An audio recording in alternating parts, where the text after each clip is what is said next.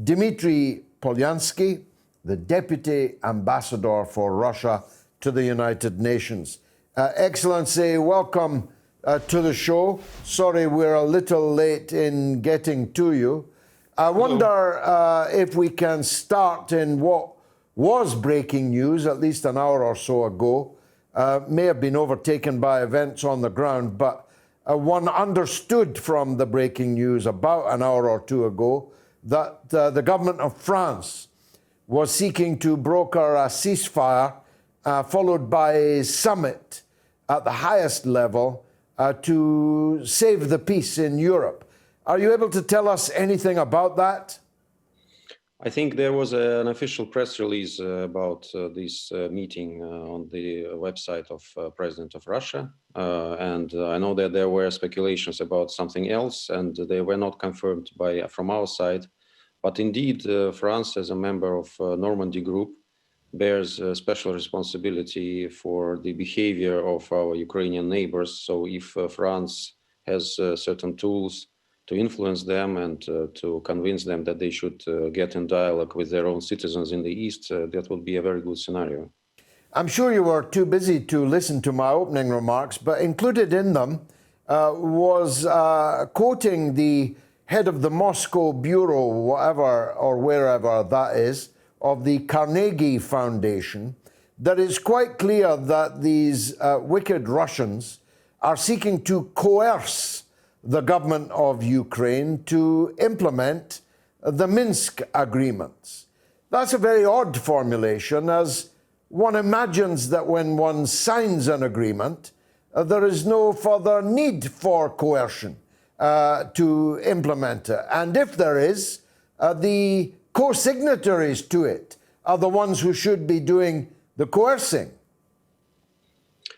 Absolutely, but I don't think it's even okay to speak about any coercing. I think that implementing this agreement is in the best interests of Ukraine. If Ukraine wants to remain a sovereign country and in control of whatever happens on its territory, this was behind the Minsk agreements, and it is, as I already said, the backbone of this agreement is direct dialogue with the people in the East, because lack of this dialogue, ignorance of what they wanted after the illegal Maidan coup in 2014 was the core of all the problems that Ukraine faced immediately after Maidan, both with Crimea or with the east of Ukraine.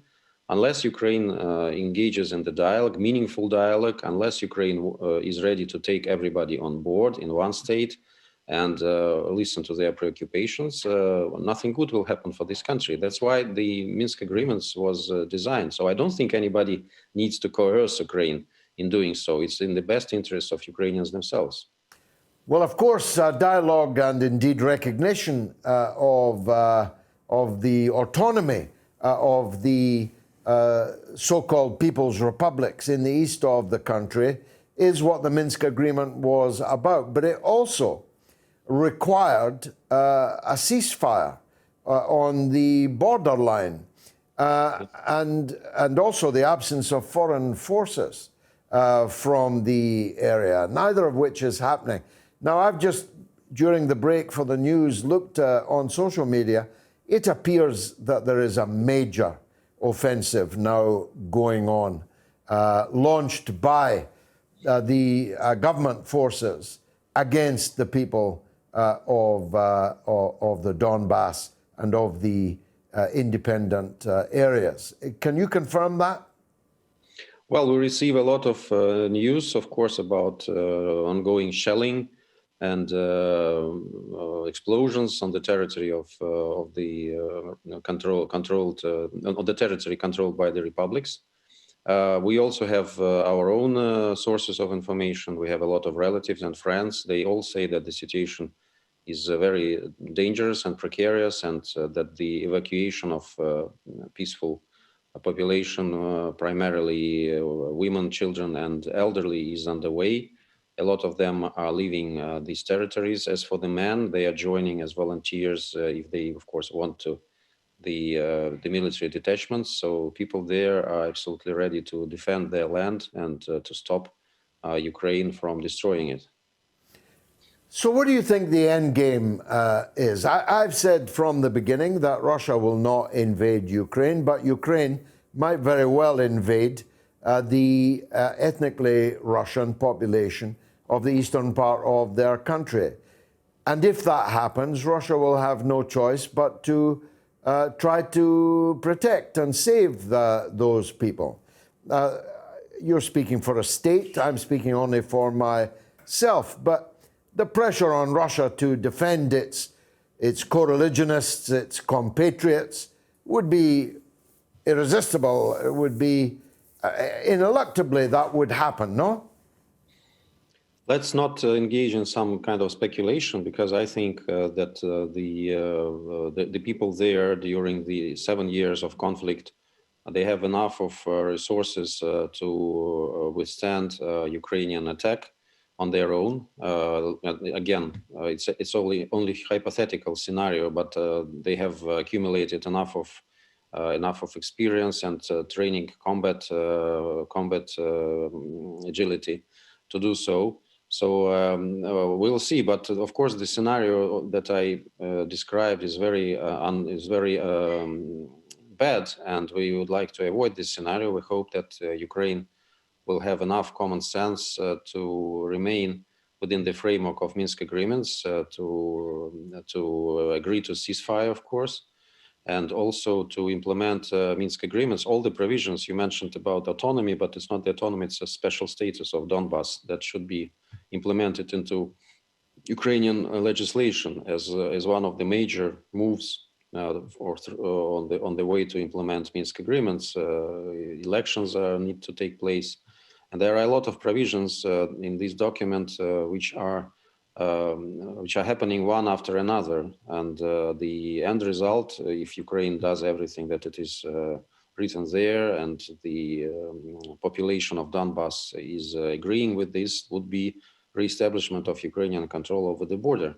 But Ukrainians usually try to start from this last point, to put it on top of everything, saying that they need to control the border first and foremost. So this is a very complicated situation, and of course Ukraine makes it much more complicated and dangerous for everybody. And given the fact that our Western colleagues are trying to put a blind eye to what's happening in the East, they are from the outset denying that Ukraine is shelling these territories, implying that everything that is happening there would be the result of Russian provocation. Of course, with such an emboldening, it is very risky, and it is very possible that some people in Ukraine would have the temptation of provoking the rebels, provoking these territories.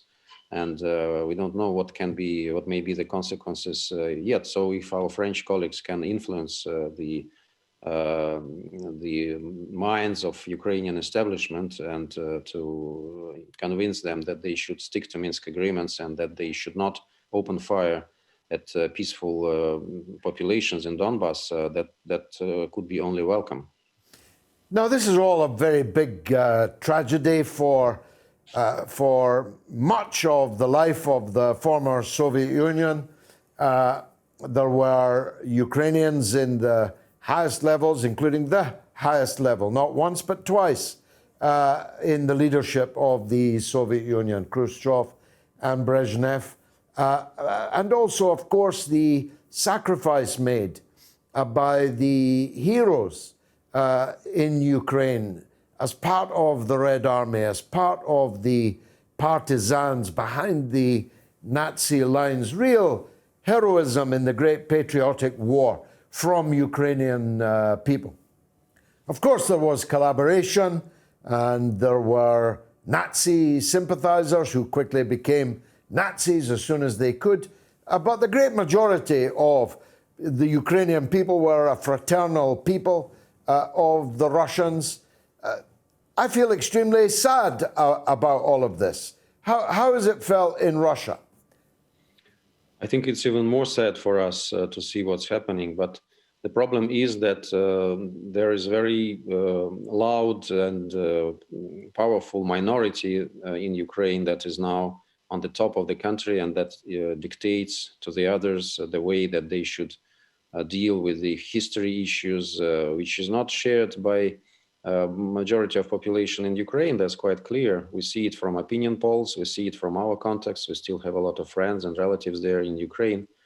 And they try to monopolize the public discourse of in Ukraine about these issues. You may have known that 6 opposition channels have been shut down, and the key leader of the opposition is now under arrest. So apparently the repressions are very energetic now in Ukraine. So people are afraid. People are visibly afraid to speak out, to say things that they really feel, because this regime that came to power in 2014 has proved itself to be very bloody and very aggressive. It's enough to remember the tragedy in Odessa in 2014 when 40 people were burnt alive only for trying to make their point clear.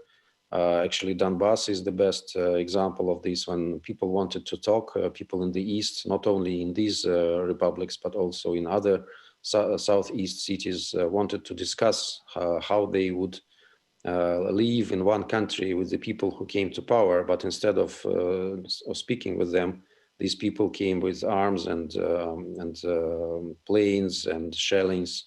And that's happening right now in other places. In some other places, people are maybe just waiting, intimidated, but well, they can't be, of course, happy about what's happening, not only in history terms, but also in the usage of Russian language, which is a native language, mother tongue to a big majority of Ukrainian population. But as you know, it is banned, and people are being fined for speaking Ukrainian, and the law that is in force already now is gradually making these fines more and more important.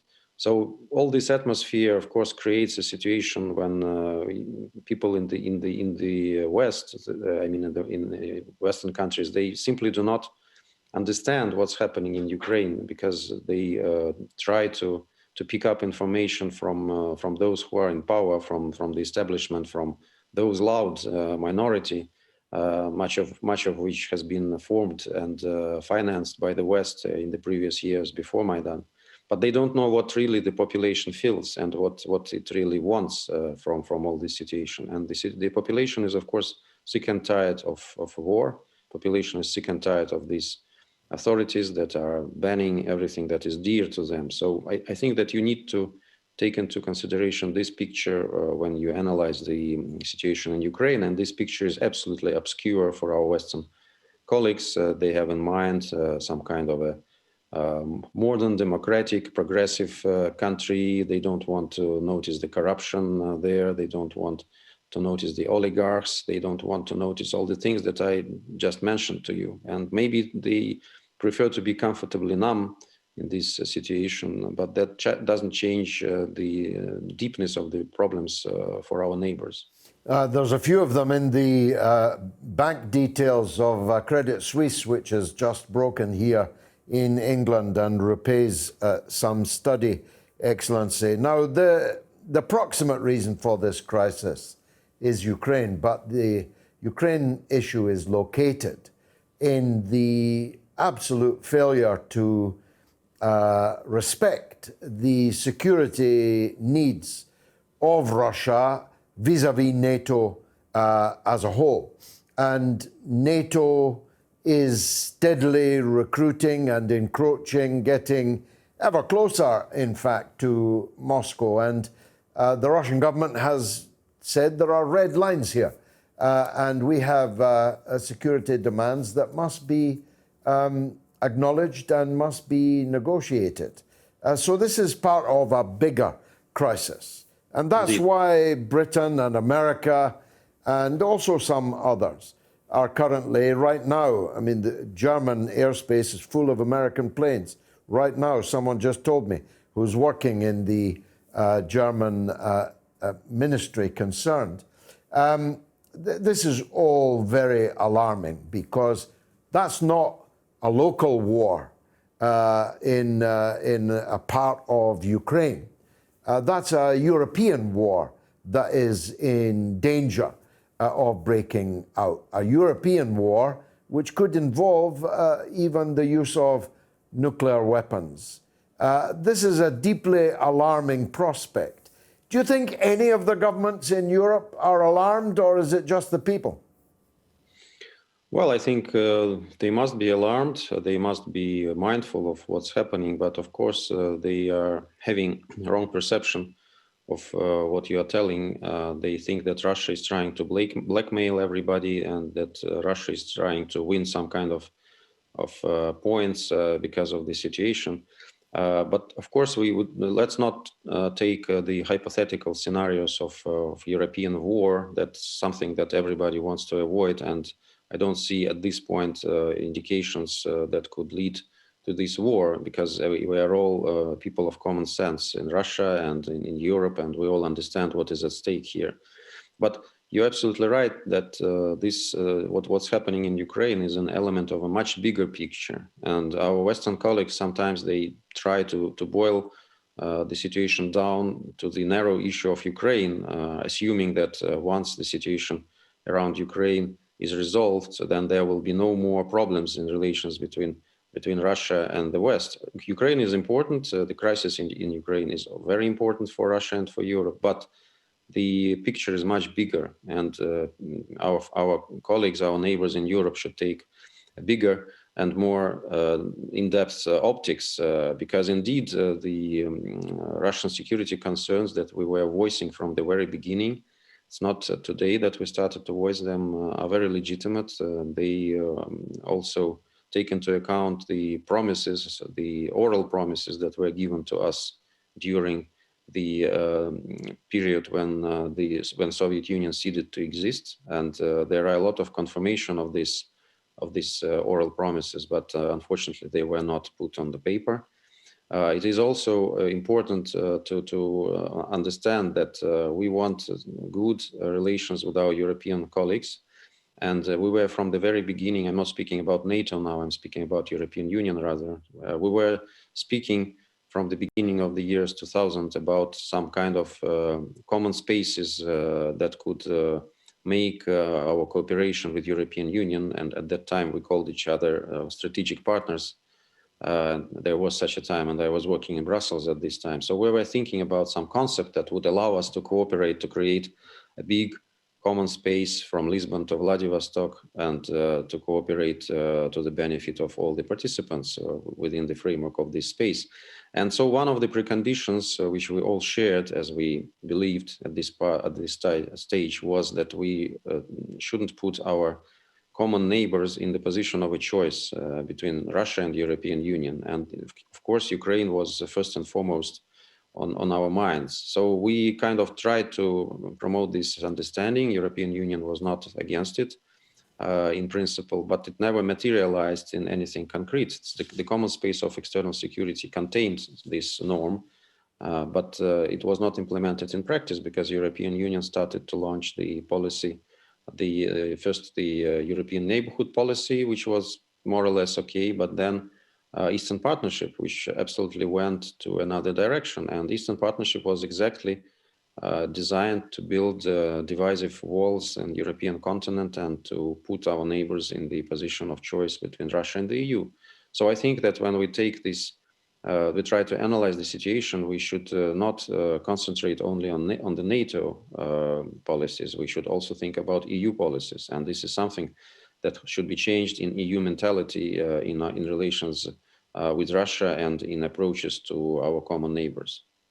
Excellency, thank you for joining us on the mother of all talk shows.